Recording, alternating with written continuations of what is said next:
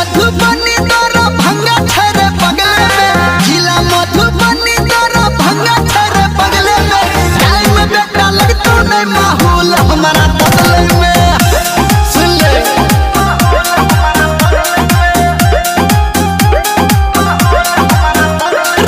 जिला सुपौल सहरसा ठहरे बगले में, जिला सुपौल सहरसा ठहरे बगले में। टाइम बेटा लगतो नहीं माहौल हमारा